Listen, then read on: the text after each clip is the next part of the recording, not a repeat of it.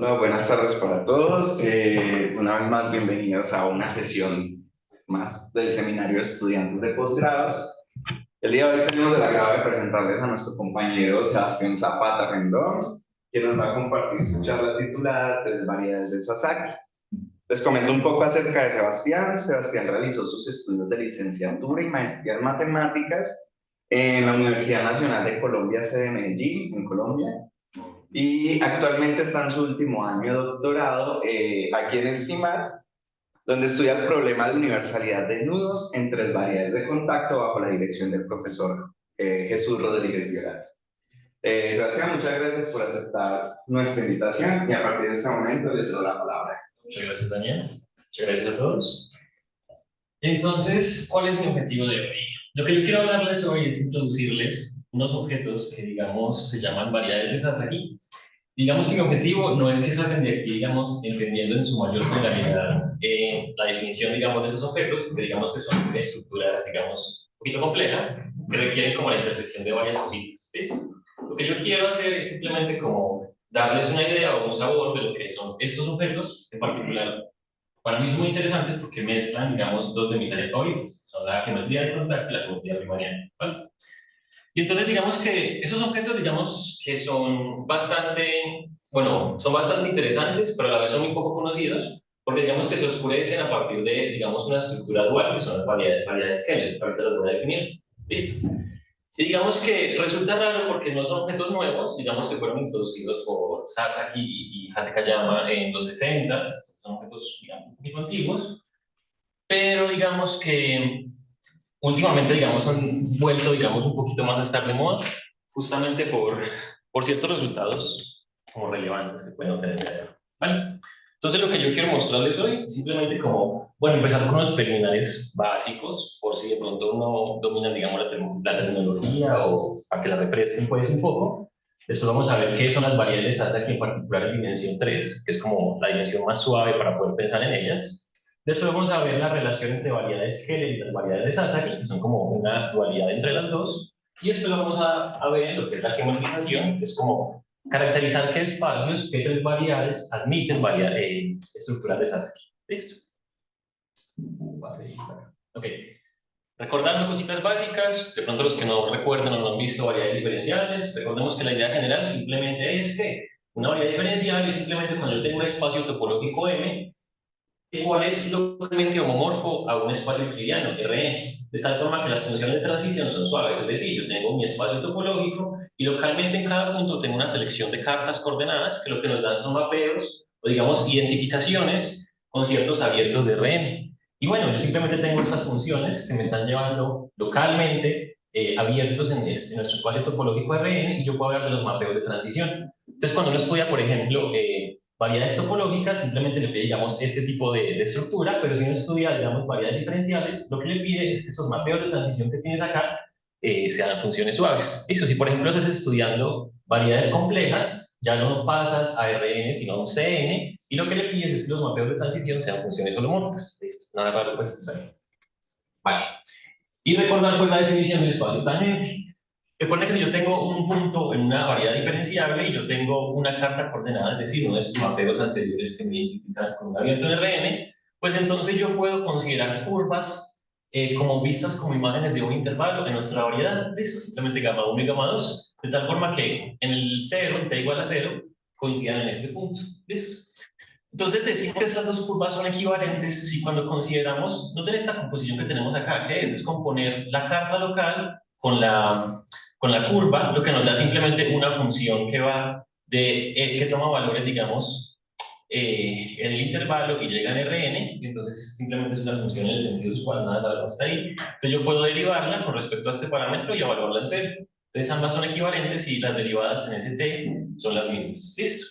Y entonces yo puedo definir de varias formas, pero esa en particular es una, el espacio tangente simplemente como el conjunto de todas estas curvas, módulo esta equivalencia que teníamos anteriormente. ¿Listo? Entonces la idea geométrica que uno tiene es que yo tengo mi variedad, mi espacio topológico, que puedo ver localmente como si fuera una copia de Rn, y en cada uno de esos puntos yo tengo un espacio vectorial que lo que hace es que está codificando todas las posibles direcciones asociadas a las curvas que lo puede ver como cuyas imágenes están ahí. ¿Listo? Vale.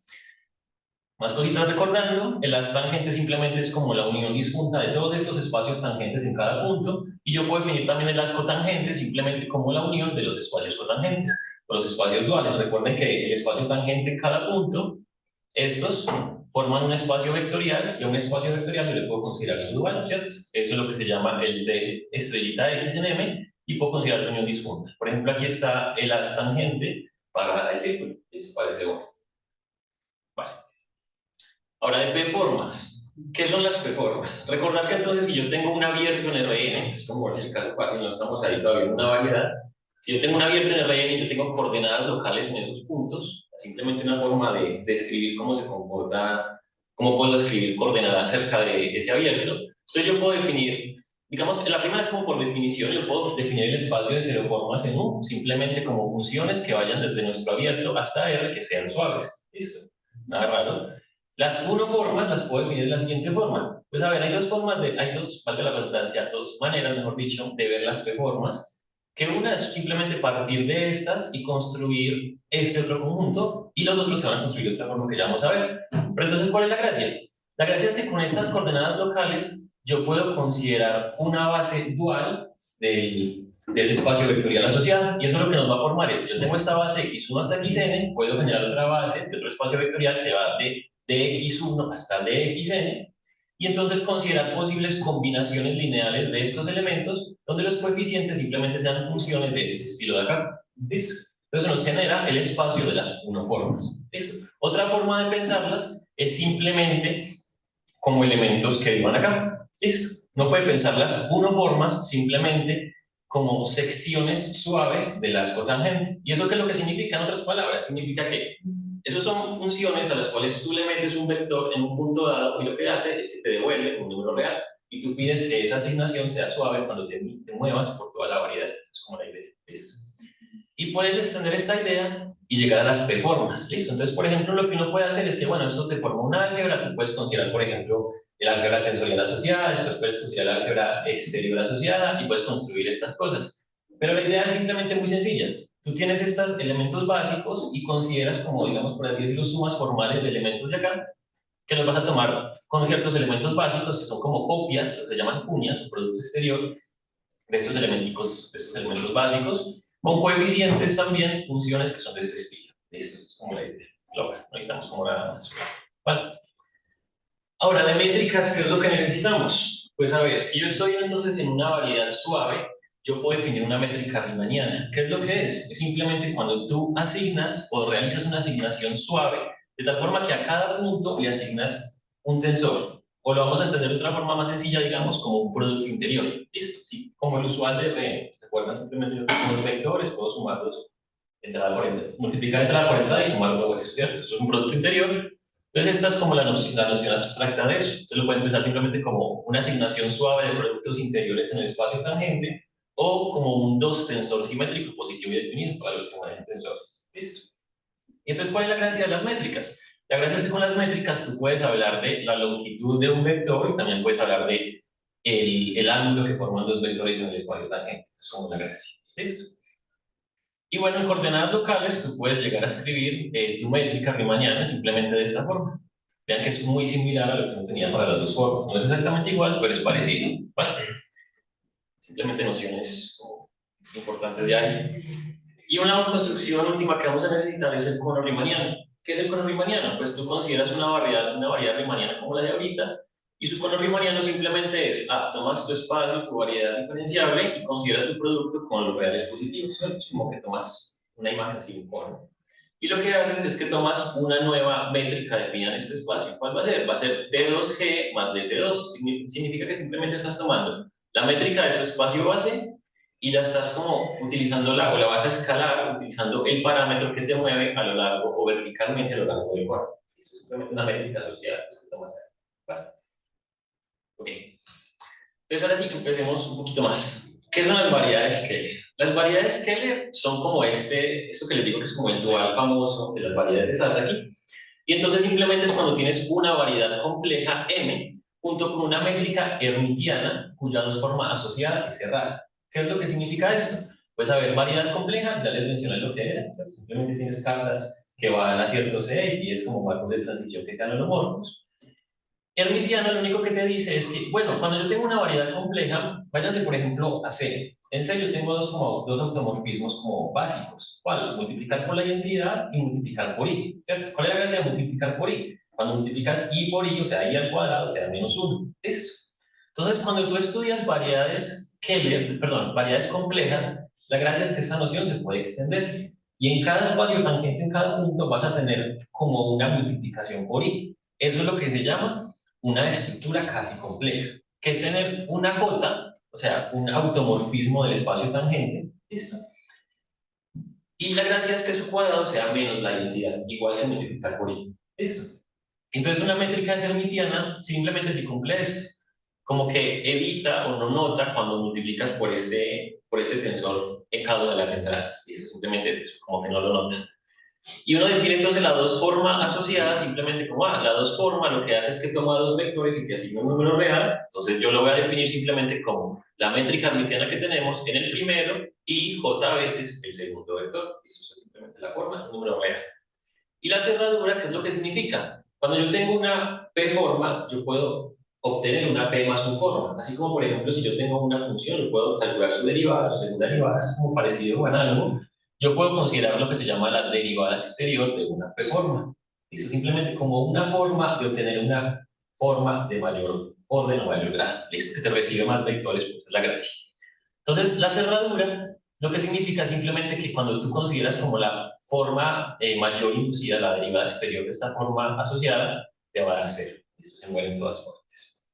Entonces, lo que quiero simplemente es como que tengan las ideas intuitivas de esta parte. Listo.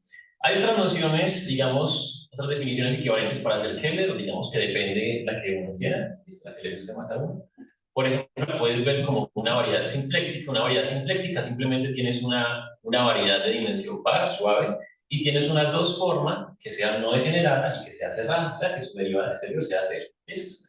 Y entonces ahí le puedes meter una estructura casi compleja, lo mismo que está la multiplicación por I en el espacio tangente que le había dicho, que sea compatible con esta forma. Es decir, tú puedes definir esto y esto te va a dar una métrica riemanniana en esa variedad. Otra definición alternativa es que la puedes ver como una variedad riemanniana de dimensión par, cuyo grupo de holonomía está contenido en el grupo unitario. ¿Qué es el grupo de holonomía?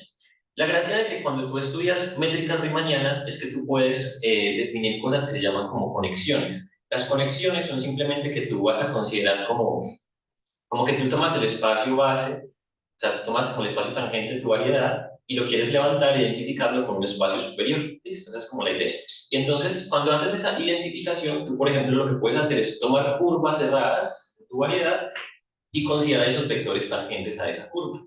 Entonces, cuando tú levantas arriba, ves que entonces en un punto fijo vas a mandar, digamos, esos vectores a lo largo del levantamiento de esa curva y vas a llegar, digamos, entonces vas a llegar, partes de un vector y llegas como a otro vector. Esa es la gracia. Entonces, digamos que la economía lo que te está diciendo es que hay una transformación del espacio tangente que te manda este vector en el cual llegaste, ¿cierto? Entonces la holonomía simplemente te está como midiendo eso. Es un grupo lineal, por eso es, por ejemplo, aquí UN, que lo que te hace es que te codifica cómo se levantan, digamos, estas curvas bajo lo que se llama el transporte paralelo. ¿Listo? Y entonces, esto es lo mismo que yo decir que el grupo de holonomía se reduzca a UN, es lo mismo que decir que existe una estructura compleja, o sea, una de estas jotas, que se parece pues, a multiplicar por I, de tal forma que él preserve la métrica. Y además se preserve bajo el transporte paralelo, que es una condición, digamos, geométrica, pues, que no nos importa tanto en este momento. Ok, entonces, ejemplos sencillitos, cualquier dos variedades riemanniana orientable es una superficie de Riemann, eso digamos es algo clásico que de pronto lo hayan visto, ¿cierto?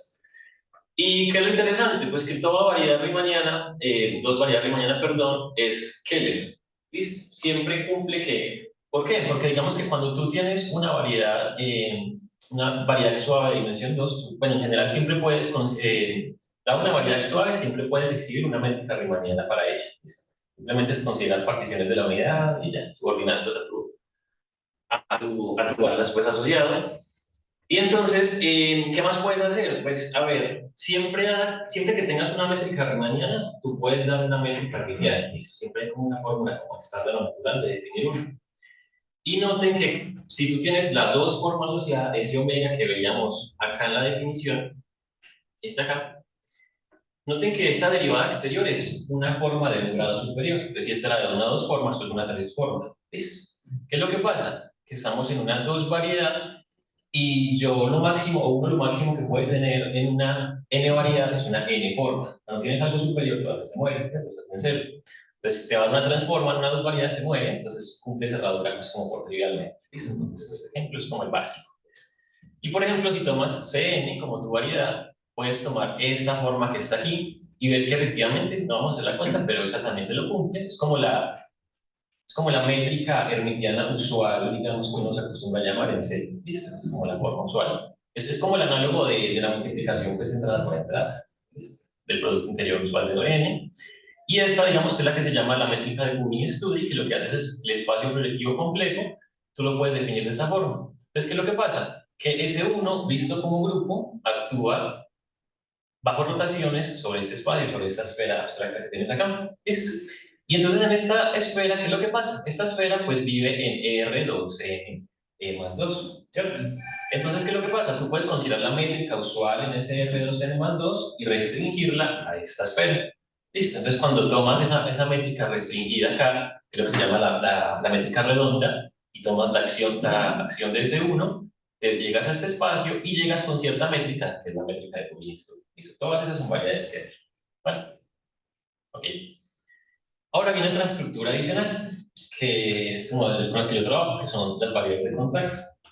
¿Qué es una variedad de contacto? Supongo que tengo, uno la puede definir esto en cualquier dimensión impar. ¿Listo? Pero digamos que aquí, como por simplicidad, se lo vamos a mostrar en el caso de 3 dimensiones. Entonces, ¿cuál es la gracia?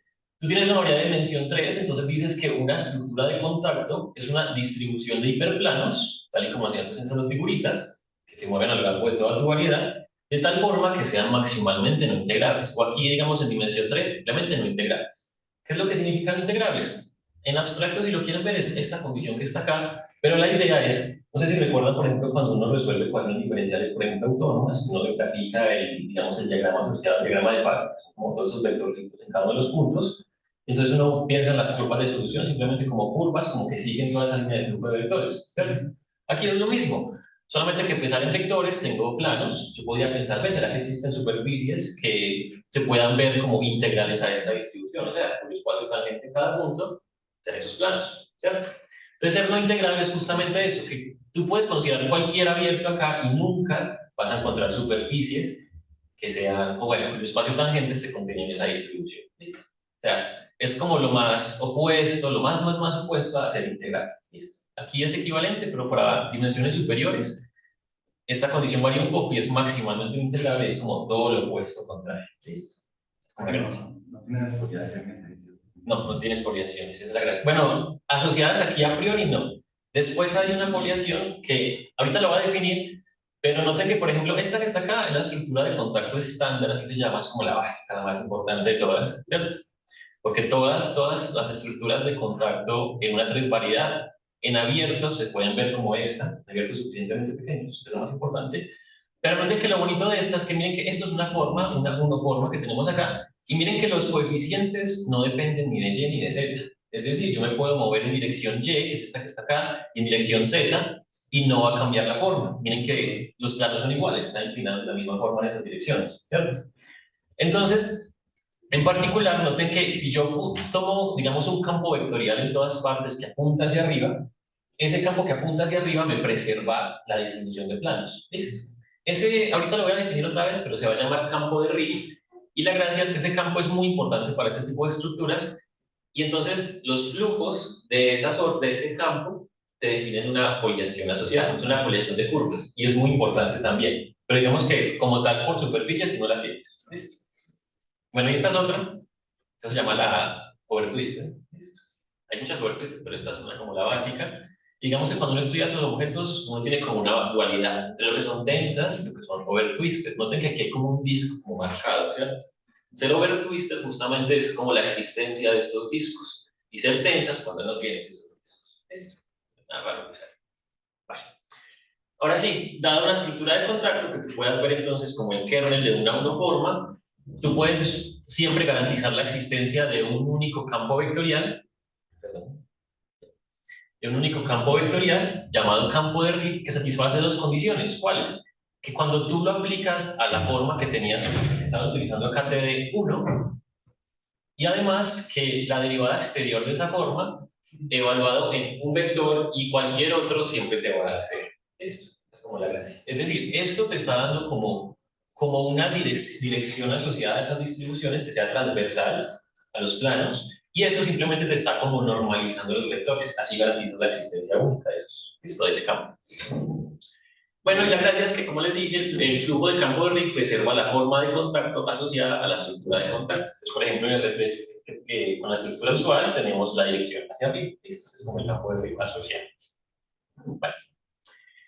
Ahora, hay una noción un poquito más general. ¿Listo? Sabemos que variedad de contacto simplemente es variedad más una unoforma, por ejemplo, o una distribución de hiperplanos no integrante. Eso lo tenemos que estar. ¿Listo?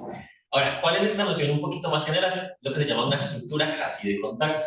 ¿Listo? No me gusta mucho la traducción, pero pues no existe. Pues, casi de contacto. ¿Qué va a ser entonces? Es una variedad, en una variedad suave simplemente es una tripleta, alfa, phi, r, donde alfa es una unoforma, el mismo papel que la de ahorita, cuyo kernel te da la distribución de planos. Phi es un endomorfismo del espacio tangente y r es un campo vectorial no degenerado, parecido como el análogo al campo de ahorita. ¿Listo? Que satisface dos condiciones. ¿Cuáles? Esta, que es como la condición de normalidad que hemos visto ahora, y esta que digamos que es algo parecido. ¿Listo? ¿Cómo podría pensar uno una estructura casi de contacto? La idea simplemente es como que la piensas, como que tú tienes una forma y tienes como el kernel también asociado a esa forma, pero ya no pides condiciones de no integrabilidad, por ejemplo. ¿Listo? Y aparte, tienes un campo asociado, pero tienes un endomorfismo del tangente que se comporta de esta forma. Noten que, por ejemplo, si yo le meto, esto recibe vectores, ¿listo? Esto recibe simplemente vectores, y otro vector, si yo le meto el campo de Rick, por ejemplo, aquí me da 1, aquí me queda R, me queda menos R más R, me queda 0.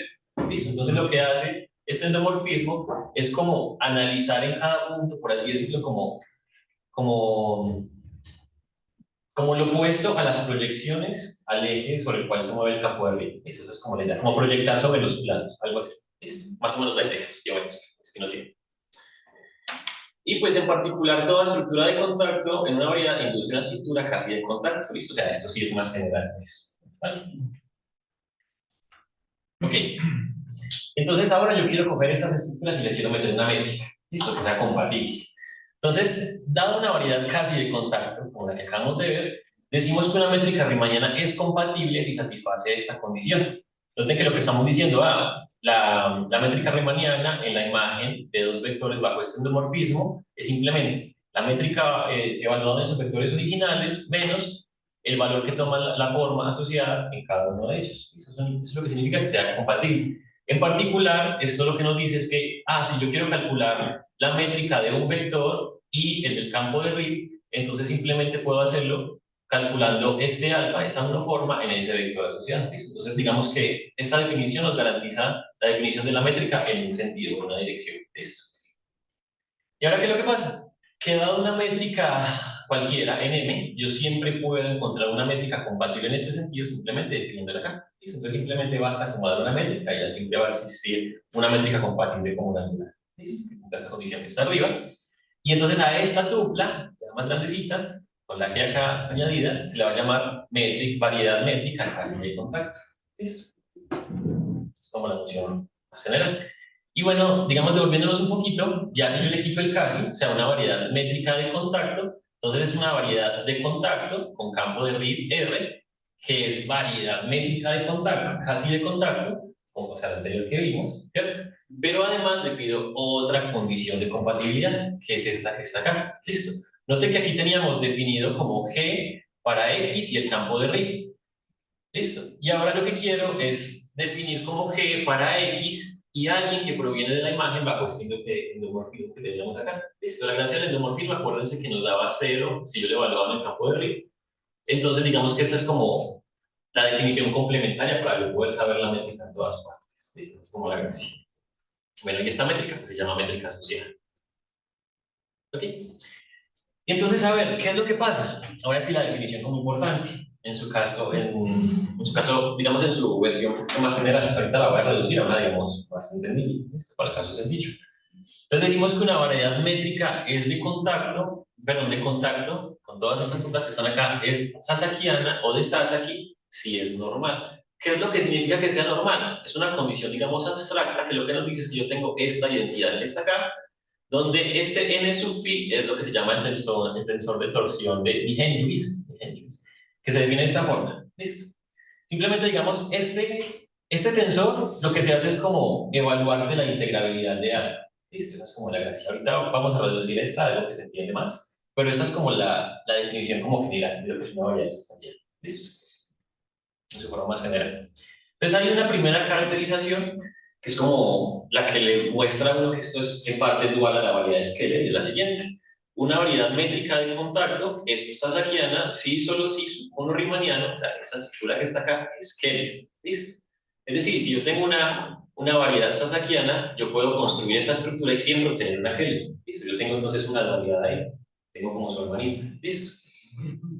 Pero para el caso de dimensión 3, que es el que nos interesa, yo puedo reducir esto un poquito más entendible. ¿Listo? ¿Cuál es? Yo tengo que una variedad métrica de contacto es sasakiana si solo si el campo de Rip es de Killing. ¿Qué es lo que significa que un campo es de Killing? De Killing. Recuerden que yo estoy entonces en una variedad riemanniana, ¿cierto? Yo tengo esta métrica. Un campo de Killing es simplemente un campo vectorial de tal forma que cuando tú te mueves a lo largo de ese flujo, el flujo inducido por ese campo, se preserva la métrica. Esa es la gracia, ¿listo? En otras palabras, lo pueden pensar así, los campos de Killing son aquellos que localmente determinan las isometrías de tu variedad, los automorfismos que preservan las métricas, ¿vale? Y entonces, si tú tienes que este campo de Rip preserva la métrica, entonces tienes que es lo que se llama una variedad de K-contacto. Pero para el caso de dimensión 3, ser sasakiana y ser una variedad de contacto, de K-contacto, es la misma cosa. Entonces lo puedes pensar de esta forma. ¿Vale? Entonces, como ejemplo, simplemente con ideas aquí sencillitas, que las cuentas son bastante complejas. Si yo tomo la 3 esfera, S3, y tomo coordenadas usuales, aquí me equivoqué, aquí debía ser R4, perdón. Con esta forma de contacto, que de hecho esta forma de contacto noten que S3, y yo le quito un punto, me queda R3. Claro, de punto lo has visto, es construcción normal. Si yo tomo S3 aquí, le quito un punto y tomo como esta forma, una forma que está acá, como la inducida cuando le quito un punto, esta forma es equivalente a la forma que ya había mostrado al principio, la forma estándar. La estándar que habíamos visto. Entonces uno puede hacer la cuenta y si yo tengo esta forma, su campo de Rip simplemente es esta estructura que está acá, este campo vectorial. Y entonces, ¿cuál es la idea? A ver, yo S3 está en R4, perdón, y entonces yo lo puedo ver como metido en C2. ¿Listo?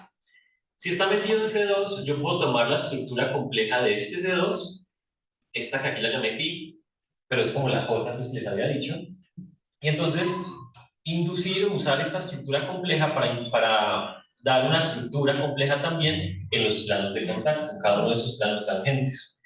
Bueno, y entonces, ¿qué es lo que pasa? Que entonces yo puedo tomar esa estructura compleja y extenderla en la dirección de ese campo de Rip. Es decir, yo la tengo definida en los planos tangentes, pero yo sé que los planos tangentes pues, tienen una dimensión complementaria, ¿cierto? Un vector transversal, como toda la recta, por ejemplo. Entonces yo la puedo extender de cierta forma y yo puedo considerar esta métrica. Listo, no vamos a traer detalles en ella, pero lo interesante de esta métrica es que si uno calcula esto, que se llama la derivada de y, simplemente es como la derivada de una, en este caso, una métrica en la dirección de algo, así como uno, por ejemplo, en cálculo calcula la derivada direccional de una función con respecto a un vector. Aquí es lo mismo, calculo la derivada direccional de esta métrica en la dirección de ese campo. Entonces eso se hace cero. ¿Qué es lo que significa? Que ella es constante a lo largo de este campo de Rip. Es decir, es sasakiana, porque los campos de Rip van a ser entonces de Killing. Ese es un caso particular. Bueno. Entonces es un grafiquito que quiero como resaltar entre esto y para la salsa. Listo. Variedades Keller, yo les había dado la definición, pero entonces uno puede considerar como condiciones más débiles. Por ejemplo, que resulta que tu estructura, digamos, casi compleja, o sea, este mapeo J sea no integrable, es decir, es casi compleja, pero no es totalmente compleja, así lo que se dice, significa que tú estás como en esta parte de abajo, lo que se llama que tu variedad es casi hermitiana o casi Keller. ¿Listo? Casi hermitiana, entonces tienes la métrica hermitiana, pero tienes que tu estructura no es totalmente compleja, sino que se llama casi compleja. ¿Listo? Entonces, tú de aquí, digamos, puedes pasar a lo que se llama una variedad hermitiana, que es cuando ya pides, entonces, esta condición de que sí tengas una estructura compleja como tal. Y también puedes pensar, entonces, en que en la condición de cerradura, la que les había dicho, que la derivada exterior sea cero, es esta condición que está acá. Entonces, esa condición adicional te permite pasar, por ejemplo, de hermitianas a Keller o de casi hermitianas a casi Keller. O sea, tienes como esta familia, pues acá. Y resulta que para variedades de Sasaki tienes algo muy parecido. Tienes esto que está acá. Aquí son las variedades de Sasaki. Aquí están las contact metric, ¿cierto? Las variedades métricas de contacto, las variedades métricas casi de contacto y estas que son las normales, listadas por la condición de normalidad, pero no totalmente pues de contacto. Entonces tienes como un análogo. Listo, no voy a pues, entrar en detalles de lo que significa cada cosa, pero por ejemplo, esto que está aquí se relaciona con esta forma que está acá. Y esto lo que tiene que ver es con la condición de normalidad, que no sé si se acuerdan, yo le había dicho que era como algo que me garantizaba como la integrabilidad. ¿Listo? Y esto es lo mismo que hablar de la integrabilidad de esa conta. ¿Listo? O sea, es como totalmente análogo a la integrabilidad. ¿Listo? Aquí tengo que la forma es cerrada, aquí tengo en particular que la forma me induce como la métrica. Eso es como totalmente análogo, pues, como la descomposición que tenemos acá. ¿Listo? Pero esto lo pasamos rápidamente, que lo había puesto. Simplemente, si saben de topología, si les gusta topología o si tienen la pregunta natural de B, ¿qué tan comunes son las variedades de Sasaki, por ejemplo? ¿Listo? Entonces, a ver, de pronto los que hayan visto, por ejemplo, topología algebraica, conocen los números de Betti, ¿cierto? Simplemente es el rango del grupo de topología, ¿cierto? Entonces, el primer número de Betti para una variable de Sasaki siempre es par, y para variedades Kebel lo que tú tienes es que cualquier número de Betti impar es par, ¿listo? Entonces tienes como algo parecido. Ahora, todo grupo proyectivo, cualquier grupo proyectivo que tú tengas, recuerden que los grupos proyectivos son como los GLN, pero proyectivizando tu espacio, en vez de RN, pues tomas el espacio proyectivo real, lo puedes realizar como el grupo fundamental de una variedad sasakiana. Entonces, aquí hay muchos, por lo tanto, aquí va a haber muchos. ¿Listo? Es como la filosofía. Hay bastantes variables de Sasaki. Bueno, y esto lo puedes lograr en dimensiones impares mayores o iguales a 3. Perdón, mayor a 3. Además, también todo grupo finitamente presentado, tienes una presentación finita de grupos, esa es la gracia, entonces también lo puedes realizar como el grupo fundamental de una variedad, pero ya de K-contacto. ¿Listo? En dimensiones superiores, mayores a 3, ser K-contacto, lo de que el campo de Rip sea un campo de Pigilin, es diferente a ser de Sasaki, pero también son objetos pues, bastante interesantes. Y una observación como trivial aquí que la puse, noten que el producto de dos variedades de Sasaki no es de Sasaki. Para variedades que sí se cumple, pero noten que si yo tomo una variedad de dimensión 2n más 1, la multiplico por ella o por otra impar, siempre me queda una variedad de dimensión par. Entonces no puede ser de Sasaki, solamente es una variedad de dimensión impar, ¿cierto? El producto nunca puede.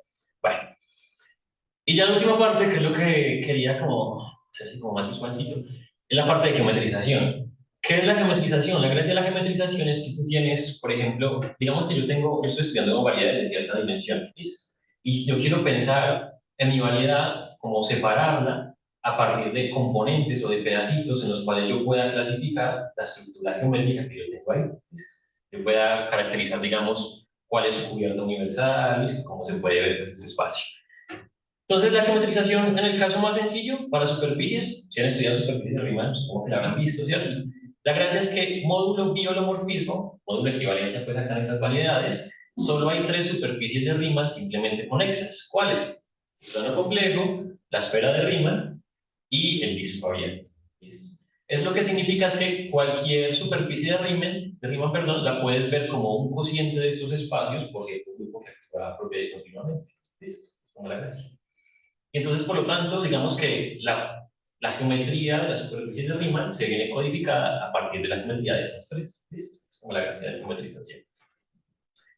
Para tres variedades, uno tiene, de pronto, supongo yo como matemáticos, pues han escuchado los problemas de Milenio, ¿cierto? Saben que el único ha sido la conjetura de Poincaré, probada por Peleman en 2002, 2003. El PRO fue algo más fuerte, que fue el teorema de geometrización para tres variedades, que es este que está acá. ¿Listo? Es mucho más fuerte.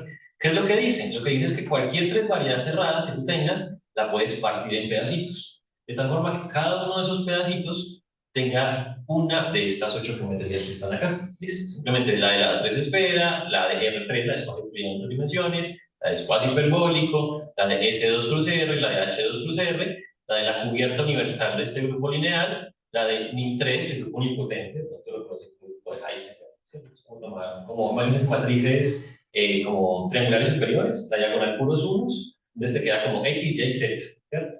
Tomas eso como un grupo, multiplicación usual de matrices, eso te forma el grupo nilpotente, en 3, en 3. Y Sol, que es como, se refiere como a las variedades solubles, de pronto las han escuchado, son más abstractas, pero la gracia es que son como, de pronto los que han visto grupos de Lie, no sé, algunos. La gracia de las variedades solubles es que las puedes ver como grupos de Lie solubles y tomas el cociente a partir de un grupo que actúa, perdón, un subgrupo cerrado de ese grupo de Lie. Los grupos solubles son, los grupos de Lie solubles, perdón, son aquellos que puedes, digamos que cuando pasas a la álgebra asociada, a la álgebra de Lie, consideras su serie derivada y eso se eventualmente se para los que hayan visto eso alguna vez, sino pues una variedad más, un tipo de variedad más. Y para la geometrización de variables SAS aquí tenemos esto. ¿Qué es lo que se tiene? Entonces, una tresvariedad compacta admite una estructura sasakiana si solo si es diptiomorfa a una de las siguientes. ¿Cuál es la gracia? La puedes ver como cocientes de S3, como cocientes de SL2 cubierta universal, o como cocientes de Ni3. ¿Listo? Noten que particular esto lo que nos dice es que las estructuras sasakianas solamente se pueden realizar en 3 de estas 8 geometrías que tengo aquí. Eso es como lo interesante. Entonces yo no puedo tener una estructura sasakiana en una variedad hiperbólica pues, de dimensión 3. Bueno, listo. Y aparte uno puede definir algo que se llama la curvatura phi seccional, que es lo que se llama simplemente como que los que han visto, pronto geometría newtoniana, la curvatura seccional lo que hace es como que te mide la curvatura a lo largo de planos. ¿Listo? Como que tú tomas dos vectores en un punto, esos dos vectores te generan un plano y asociado a ese plano tú le calculas una curvatura. Eso es la curvatura seccional. ¿Listo? Entonces tú puedes definir como esto inducido por la curvatura seccional y entonces la gracia es que, bueno, dada una métrica, dada esta tu variedad sasakiana, siempre puedes dar una métrica que se llama métrica sasakiana en la misma clase de deformación de esa métrica original, de tal forma que pase que la curvatura phi seccional sea constante 1, menos 4 y menos 3 respectivamente. Es decir, lo que te hace el teorema de geometrización es te da condiciones topológicas, te da también condiciones geométricas sobre las curvaturas seccionales, digamos, phi seccionales, mejor dicho, para tu variedad. ¿Listo? Y bueno, digamos que las estructuras sasakianas asociadas son positiva, negativa y nula respectivamente. ¿Listo? Entonces es como lo que se tiene acá. Tienes una descomposición muy similar. ¿Listo? Bien, eso es lo que quería compartir.